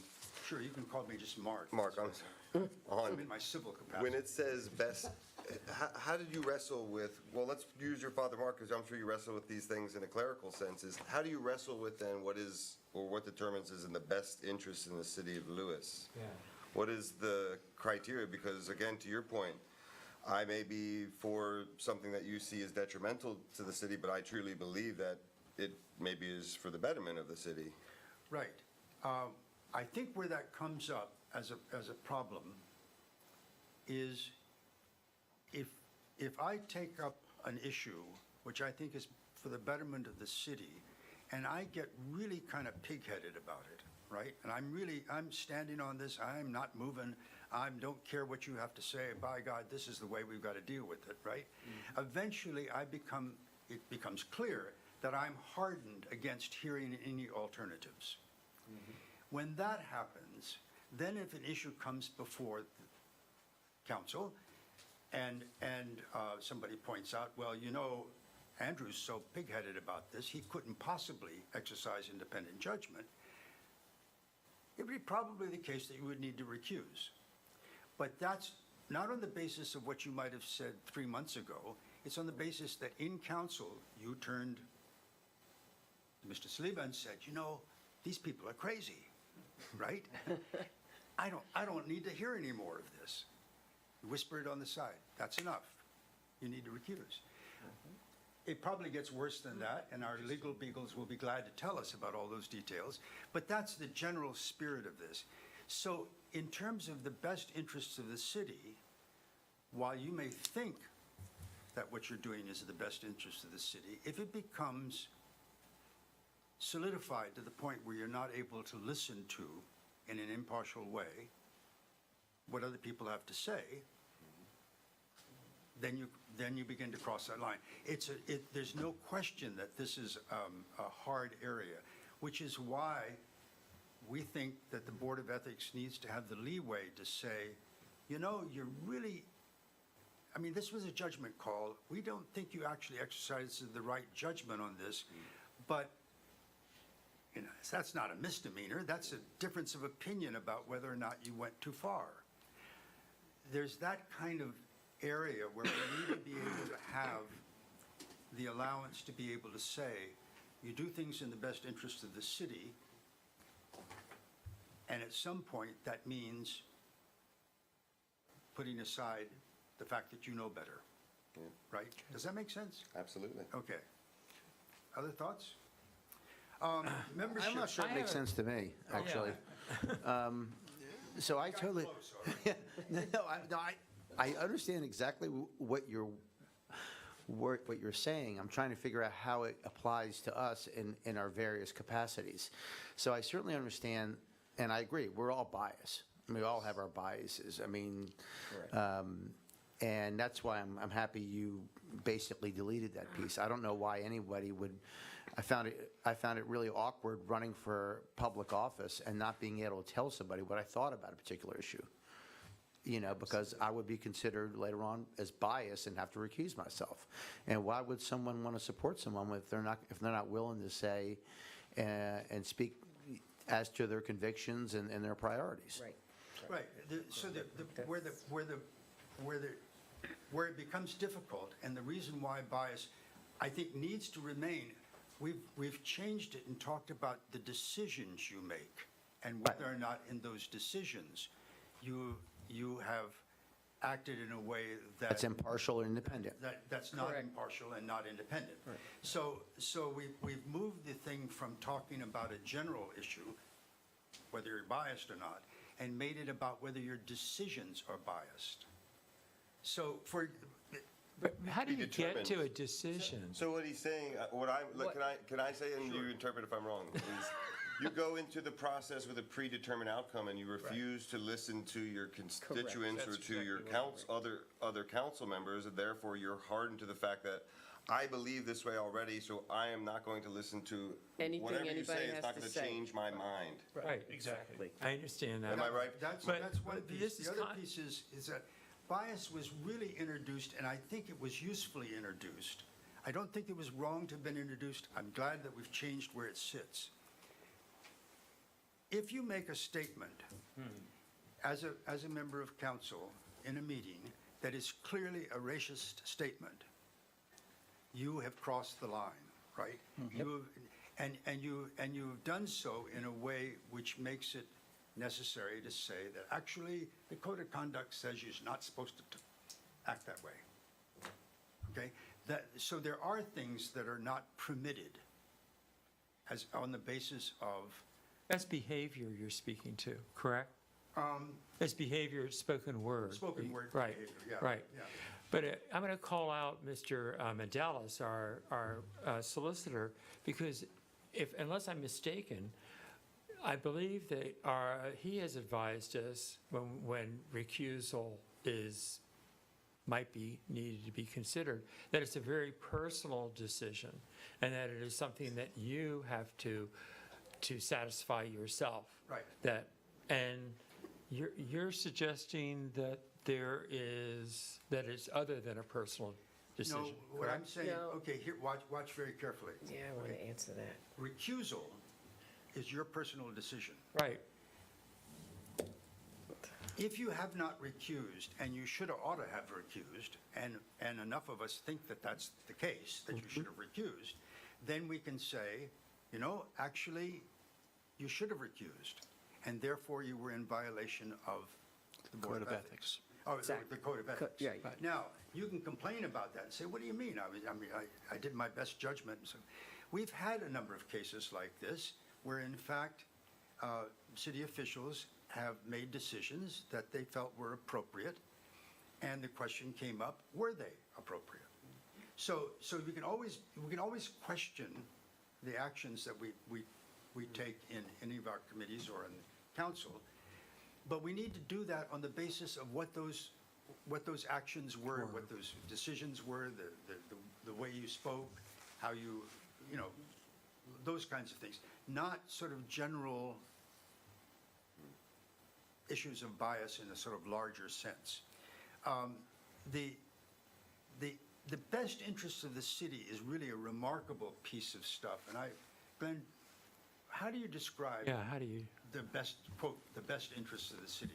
For example, if I get involved in a process where I'm going to stand by my guns, and we suddenly realize we've got a huge lawsuit on our hands, where do I stop saying that I'm doing what's right and I'm no longer doing something that's in accord with the... Well, so I think that this topic, we could schedule a different meeting and have a whole topic on what is the best interest of the city, because, yeah, I mean, it's a few things go into thinking as far as the best interest of the city goes, because the code of conduct requires you to make a decision as it's written now based upon what you believe to be the best interest of the city. And it might be different to you and you and you, what the best interests of the city are. So long as you're seeking a decision that's your version of the best interest of the city, you won't get sideways with the code of conduct. You could get sideways with many other areas of our law that say, all right, here's what another chapter of the code says, and you're obligated to make a decision that's consistent with that section of the code. You may think that section of the code is not in the best interest of the city. That's where you run, that's where the rubber hits the road. Okay. But, That's good. But- That's very helpful. Very helpful. so, Yeah. If you got more? Yeah, I just wanted to ask, I'm just curious about recusal, and I understand what you're saying. This is a very enlightening discussion in many ways. Recusal, it's a personal decision you think about. How do you reconcile that, and I don't know if you guys did this in your conversations and meetings, with conflict of interest? can I, Well, conflict of interest is one area where recusal is required. Absolutely. If there is a conflict of interest, and you're pretty clear that there is, that's the reason why you ought to say, I need to step back. That's one of the easy ones. That's, But the conflict based on financial I interest, have it right? written right here, financially, personally, family, all of that. but keep that, you have to think of that, though, with the overlay that you were each elected, which means nobody can take the power away from you to vote. You have the power to vote, so although the code of conduct might say you should recuse based upon this, when we say you have the ultimate decision, it's your decision whether you want to recuse or not. You might say, you know what, I'm going forward even though I know I should recuse under the code of conduct. Nobody can tell you can't vote. You're only being advised. Right. and one of the pieces that comes up with this I think is very interesting, is that in this area, elected officials are in a different boat than those of us who are appointed officials. I believe. I serve I don't have a constituency. Nobody elected me to this. I just serve at your pleasure, right? So I've bought on then to not having my opinions have that great weight. Whereas you were elected by constituency, and you can always make the claim as an elected official that, exactly as Glenn is saying, I realize that this will look like I should recuse, but I believe that I should not recuse in this case. Where that finally gets all dealt with is if a complaint comes and says, you should have recused, and they really bring a complaint, and they've got all it laid out, then the Board of Ethics has to look at that. And they will look at it with some sympathy, I might add, for the elected official, because that's a different animal from an appointed official or an employee. I believe that. Glenn, kick me if I get off the... Yeah, I mean, I guess the one piece that we're missing in the conversation a little bit is that I've spoken with council before about your role as a legislative, Right. a legislation maker, a person who's making legislation versus a quasi-judicial role. Correct. And I think that in a quasi-judicial role, when you're acting in the case of a judge, there is a little bit of different standards. So while I agree in the most, I generally agree that I don't care about your biases as long as the decision is made appropriately, unless you're sitting in a quasi-judicial capacity. I think in a quasi-judicial capacity, the applicant or the person whose rights you're adjudicating has to have the authority to see you as independent decision makers. And even if you don't have an actual conflict of interest, if there's an appearance of an impropriety, I think in a quasi-judicial context, you have to step away from the decision. Right. Yeah. Right. And that all is one of the reasons why a Board of Ethics exists, is because these cases they're not easy. And looking at them turns out to take a little time, and sometimes it comes out to the good of the complainant, and sometimes it comes out to the good of the employee or the commissioner or the member of council. It just works both ways. Let me very quickly, to get through this, the Board of Ethics has membership, and in the past it said that no member of city council could be on the board, but we've expanded that list a little bit. No other state or local elected officials can be a member of the board, nor any of the members of certain commissions and committees of council that have sort of major fiscal engagement or planning engagement. There were some smaller pieces of changes. But the last big piece, there was one very small but very important piece, which is the calling of witnesses to testify, if we ever get to a place where you have a hearing that's Right. gone that far. There's a requirement that... What number are you on, Mark? This would be 285. Thank you. 286.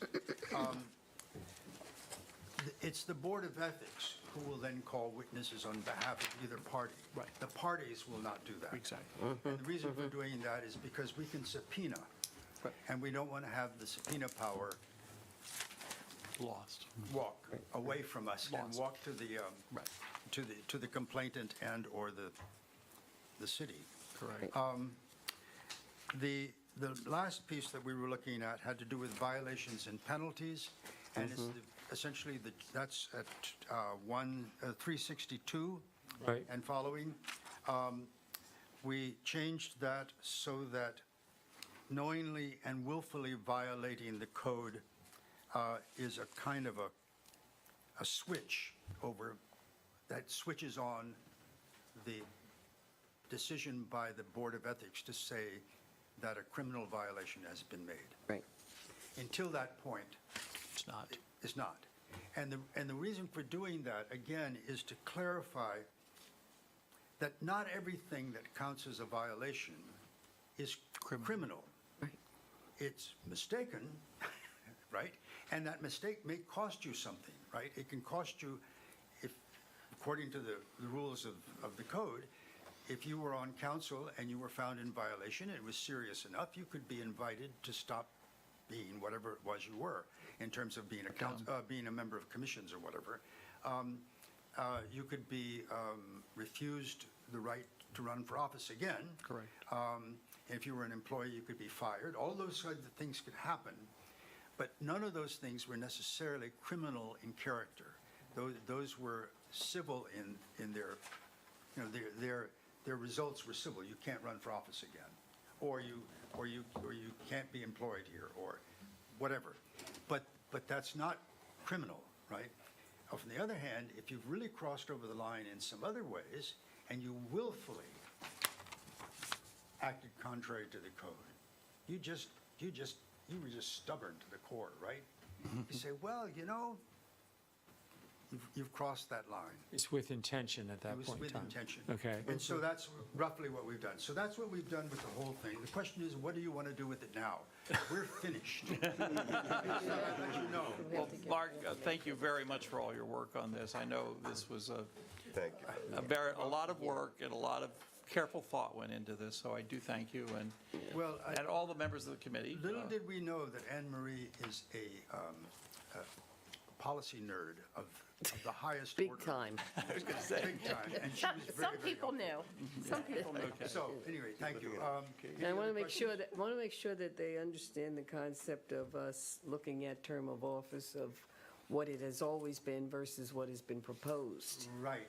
And that's very important because the way it is right now is every commission is 3 years and then Right. brought before the council.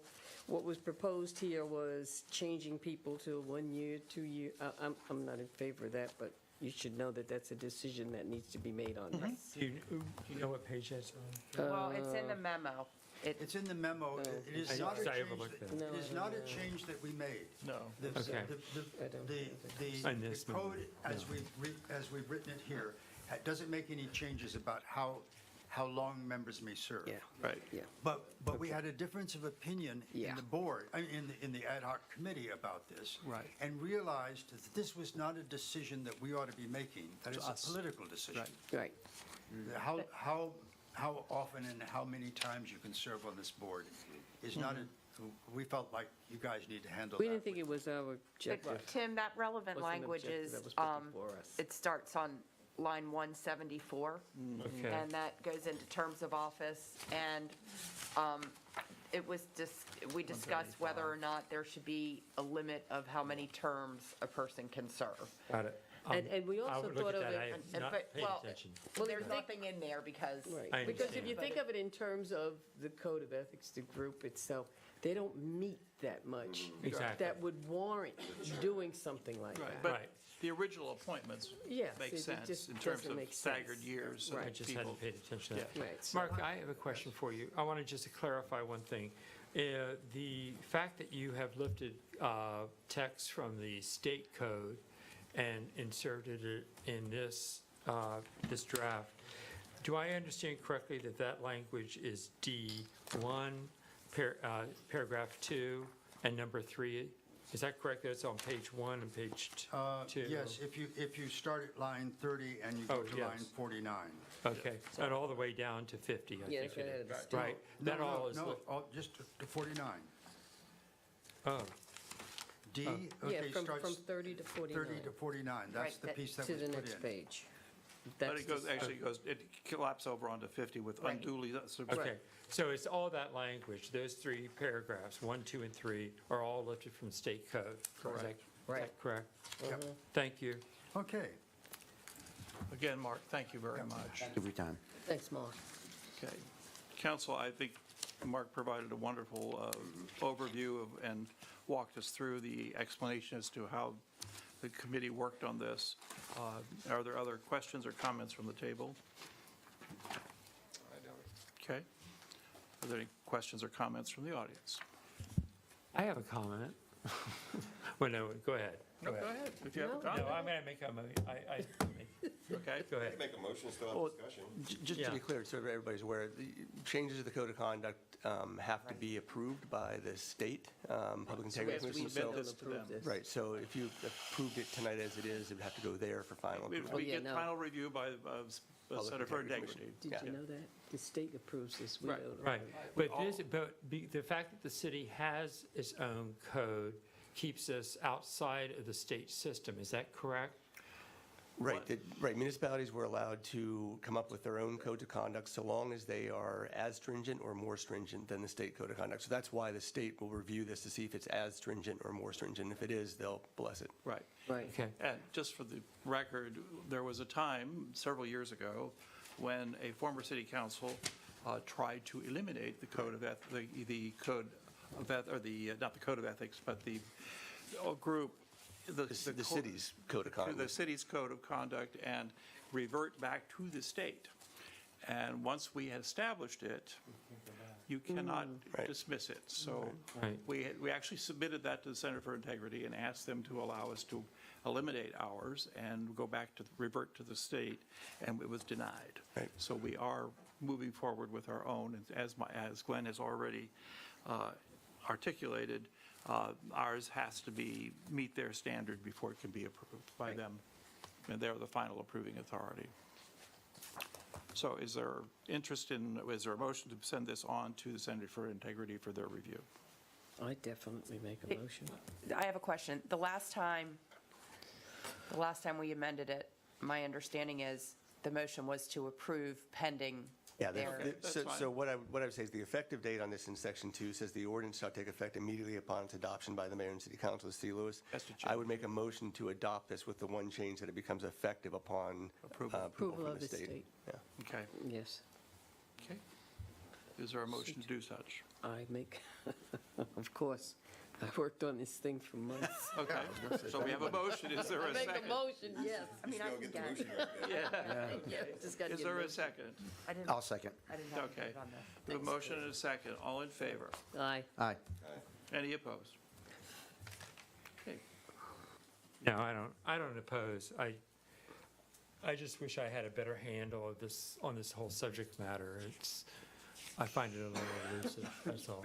Sorry, find so I'm it not what? comfortable. Are you voting yes, yay, or nay? Or are you abstaining, or what are you doing? I'll approve it. I'll vote for it. Okay, fine. Thank you. So the motion carries 5-0. Then moving on to item I-7 is presentation of possible action on a request from Cape Penelope School District. Okay, I was just going to announce that. The district for an easement to construct a sidewalk in George H.P. Smith Park relating to the middle Right. school construction project. Andrew is stepping out of the room. He is recusing on this one. Oh, is he? His brother is involved with the architectural firm that was Oh. involved in the design of the school, and that is, so he's stepping out. Okay. So, the floor is yours. Thank you very much for your patience. Yeah. You got to listen to a very interesting discussion. For the record, I'm Zach Crouch with Davis Bone and Friedel, representing the school district, and yes, that was a lot of good stuff. Emphasis on stuff. Well, I mean, I was actually on the Delaware Association of Professional Engineers Ethic Committee, so Oh, it all great. kind of seemed relevant. So Well, how'd there we is- do? Excuse me? How'd we do? I thought it was, I mean, it brought back a lot of memories, so. Okay, Zach, thank you. So, just as a real brief introduction, this was a request of, I know some of y'all were here when we did submit the preliminary plan for the new middle school, and actually, construction's going to start relatively soon. With that being said, we did have a relocation of some sidewalk that was actually going on onto the city's parkland. And this easement is for that sidewalk. And what it's doing is replacing existing sidewalk out there now, in which it's in bad shape, A, and B, it's 4 foot wide. This is going to provide 5 foot wide sidewalk, which is an ADA requirement. So it actually is improving it. And the exhibit that's up there on the screen right now, you see how it kind of veers off to the right a little bit. And there's a property line that runs, I guess, more of a straight line diagonally. That's where the existing sidewalk is now, so that'll be removed. And there again, the whole intent, if you remember when we presented this, was to kind of integrate the open space into the school in this whole area, so it's kind of more welcoming to the community. There's no trees going to be removed. It's going to meander through the existing trees, and that's about it. And I'll keep it short. But I mean, I'm here to answer any questions. Ron Bassett's here. This is pretty much the last piece of information we need to get this thing moving. And this was on the plan that was Yes, sir, reviewed that by is the correct. Joint Review Committee. So we have looked at this, the Joint Review Committee did review this. Correct. At the time. So basically what you're seeking tonight is the easement. It's just the easement. And there again, it's only for the sidewalk. And there again, we're removing the existing fence that's out there today. So Right. it's all going to be open and kind of be welcoming to everybody, which was the whole intent. But Yeah, this location of the sidewalk was shown on the preliminary plan that was reviewed and approved by both the Joint Site Development Ad Hoc Review Committee and Mayor and Council. And City Council, yeah. Okay. So it's. Yeah, this is it's- not a change, it's just, now they just need to get an official an Easement. easement Oh, okay, to allow for the sidewalk to be located there before they can get final site plan approval. Okay, great. Okay, thank And you. again, This was no approved. trees will be removed. Right. I mean, And the fact that you're replacing a damaged, probably what is a damaged 4-foot sidewalk with a new 5-foot sidewalk inures to the benefit of all pedestrians, whether Yes, they're that is correct. students or. And a 5-foot sidewalk makes it ADA compliant? Is that what you're saying? yes. Okay, and the 4-foot, it was not? Well, per ADA requirements for sidewalks, if they're 4 foot wide, you have to have a 5 foot wide, by 5 foot wide turnaround for Right. passing of Okay. wheelchairs. Wheelchairs, right. Yeah. Okay, But yes, this will be 5 foot wide. okay. I have a question or two. What will the sidewalk be made of? Concrete. It is a concrete sidewalk? Yes. Okay.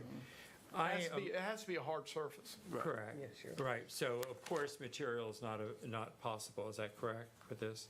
No, sir. Okay.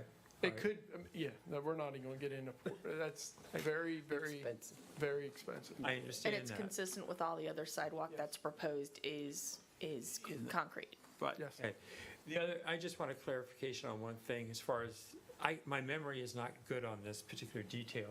When I look at the path that runs from Sussex Drive, right, over towards the park, and that's is what we're looking at is the path that is shown in that? The hatched area, where The hatch. you see the hatch, it kind of bends a little bit, that's where the new sidewalks are going.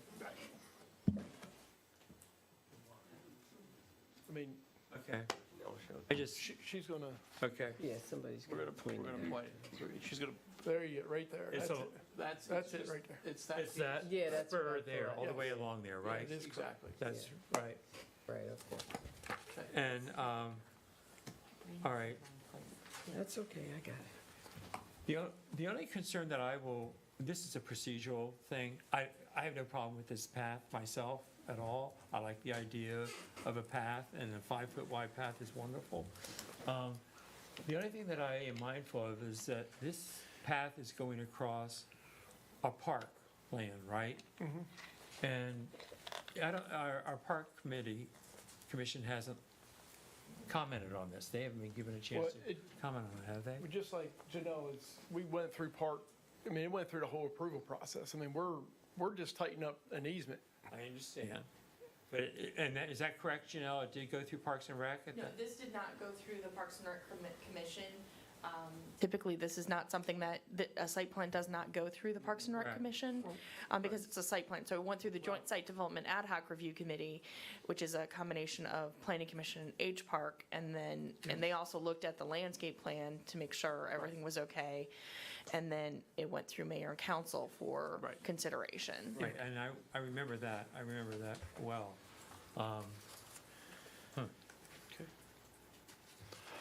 Okay, I wanted to raise that.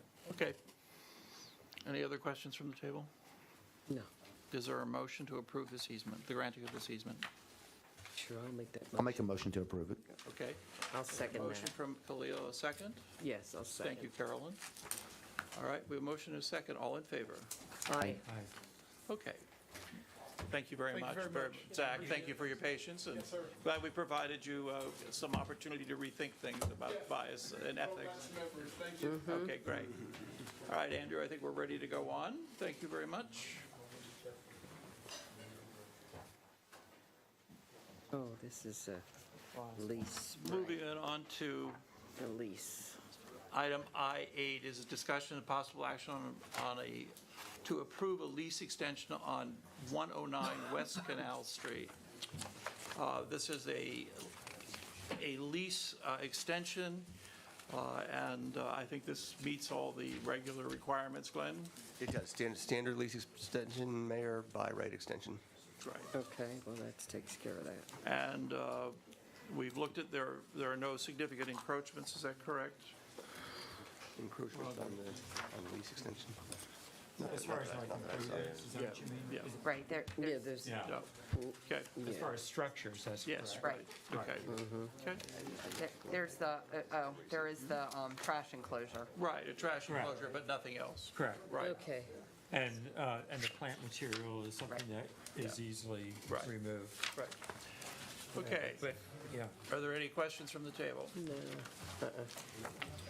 Okay, I'll make a motion. okay, thank you. I vote to approve the lease extension for 109 West Canal Street. Is there a second to that motion? I'll second it. Okay, we have a motion and a second regarding 109 West Canal Street lease extension. All in favor? Aye. Aye. Any opposed? Motion carries. Then item 9 is our last discussion item this evening, the discussion and possible action on a letter to Sussex County regarding the rezoning of the Mitchell Farm. I think everyone at the table is aware, and those probably still listening, or those still in the audience, are aware that the Mitchell Farm is up for rezoning, and the Board of Public Works has provided comments, as well as I believe our other organizations have as well. Byways. And the byways as well, and other members of the community. And the question is, would we like to provide a letter of comments? I would note that the Planning Commission comment opportunity has already passed, so any comments that we would provide in letter form would go directly to the County Council for their consideration. Danelle, do you have any further comments that you'd like to add to that? I do not. Okay. Mayor, I just want to make sure we're clear for the record on what is being considered. There are 2 rezoning applications. One is for 43.77 acres to be rezoned from AR1 to MR. The other is for 3.041 acres to be rezoned from AR1 to C2 medium commercial. There's also a subdivision application, as I understand it, that would create for that which is for that 43.777 acres, creates 267 lots and a conditional use application to allow 267 multifamily units. So, that is an overview of the. Thank you. It's actually 4 applications. Right. And they, Sussex County has their public hearing before the Sussex County Council on April 26th at 1:30. Okay, so we would need to act fairly quickly to put together a letter. And this does represent a significant change because the original zoning that was approved there was for 7 commercial buildings, and there are now a total of 7 commercial buildings, 1 being already constructed. And now this is a revision to that original zoning, which would change it to the MR zoning. And a portion of this is within the wellhead protection area. And And the board has already provided comments about their concerns regarding the significances this might have on the wellhead protections. Austin, do you have anything else? We made our comment at the first public. Blake, back to the microphone, please. We provided our feedback at the first public hearing. And we actually, the only reason we didn't do anything that night is because we were having a public hearing of our own that night, so we couldn't be 2 places at once. Planning and zoning is actually on Thursday during Donovan Smith to Yeah. theoretically make a decision. Right. So, Well, I guess what would be the framework of our letter then? We- I mean, what do we look, What- what's what our is- ask? Yeah, I think we would want to talk about our concerns regarding density, what it might do to traffic, how it might impact the city in terms of access, and those would be our primary concerns. Since the wellhead protection is, we want probably make note of the previous testimony that was provided by the Board of Public Works, and I think that would be our primary concerns. And we would instruct, you'd looking for a motion somewhere along the lines of Yeah, to- instructing staff to prepare To begin based on the feedback. organize a letter. Okay, I'll make a motion like that. I'll make a motion to instruct staff to prepare a letter which leans on the feedback from the byways, the BPW, the Greenway, is that what they're called? I don't know, does Greenway, I don't know if Greenway's Greenways just has a byways. separate, I So think that's byways just and the BPW. byway. BPW are the two organizations that have commented. There have been other public comments from civic organizations, but those are the 2. and we definitely have to put in wellhead protection. Yeah, we'll make reference to. Yeah, so I make a motion that we instruct staff to prepare a letter commenting on the Mitchell Farm, leaning on the comments previously made by BPW, the byways, and that have come in from the Lewis residents. The access, the density, Okay. and the wellhead. Is there a second to that? Okay, yeah, I'll second that. Oh, can't And hear. Carolyn. I'm sorry, I'll second. I guess, before we take a But vote, what I then mean- what's the, Yeah. will Glenn take a final pass at to say if it's too inflammatory, well, I guess, what's the process for final revision? I think we have to get, what they're going to prepare as a draft. We need to review it, provide comments back. Well, I mean, that's the part you should designate one. yeah. Well, okay. Why don't we Just have our FOIA. secretary? It has to be a strong letter, a real strong Well, letter. can we have 2? We could have 2 review, right? We could, Outside of Can they FOIA have now? 2? Well, you're becoming a committee once you, Okay. yeah, so you have need, 2, yeah. okay, it needs, Okay. And is the idea then that this letter would be signed by 5 individuals, or? I would say the mayor on behalf of the mayor and city I see. council. Is that typical how it's done? No, I mean, I don't have a problem with the letter going out to everybody individually and providing comments back, but That's one, what I but was one thinking. person has to be To go. the hub. yeah, okay, so I think, Fair enough, we'll do it. Yeah. okay. I mean, the draft should go, everyone should see the draft. Yeah. Provide Yeah, of course, commentary. of course, Yes. of course. And then we'll put together a final from that, Right, okay? right, So time is of the essence because it is the 26th of April. okay. Right. Okay. Yep, So we have a motion and a second from Carolyn. yes. All in favor? Aye. Aye. Any opposed? Okay. Hearing none, I think we have concluded tonight's meeting. Record time. Well, I would note that we did vote to go to a workshop type of meeting where we would, which will happen in May, in first week in May. It'll be May 5th. May 5th. So, And so that particular meeting, for those who are still watching or who may be still in the audience, no action will be taken at that meeting, but it will be an opportunity to discuss it's the projects that may be 6th. coming, or items that may be coming before us in the near Oh, future. right, it's the 5th. I got to change Yes. it. There's a comment. There's a comment from Tom Panetta. Okay, Tom, I didn't Oh. see it. Do you, Julie, you want to That's Jill, 9:30. read it aloud? Yeah.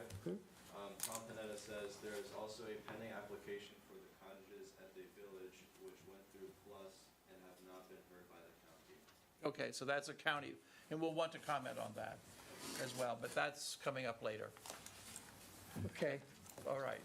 If there's nothing further to, Tom, thank you very much for bringing that forward this evening for our consideration. If there's nothing further to bring forward tonight, I would entertain a motion to adjourn. Make a motion. Make a motion that we adjourn. I'll second that. Okay, all in favor? Aye. Aye. Thank you. Thank you very much. Again, thanks to the public who are here, and thanks to the public who are watching, and we'll see you soon. Thank you very much. Next opportunity will be a meeting on Thursday evening. Yes. Yes. What am I doing here? Did we do something? Oh, well, we all do. oh, okay. So what happened was, he was calling me. I Oh, thought it thanks, was you, and then I almost knocked you over.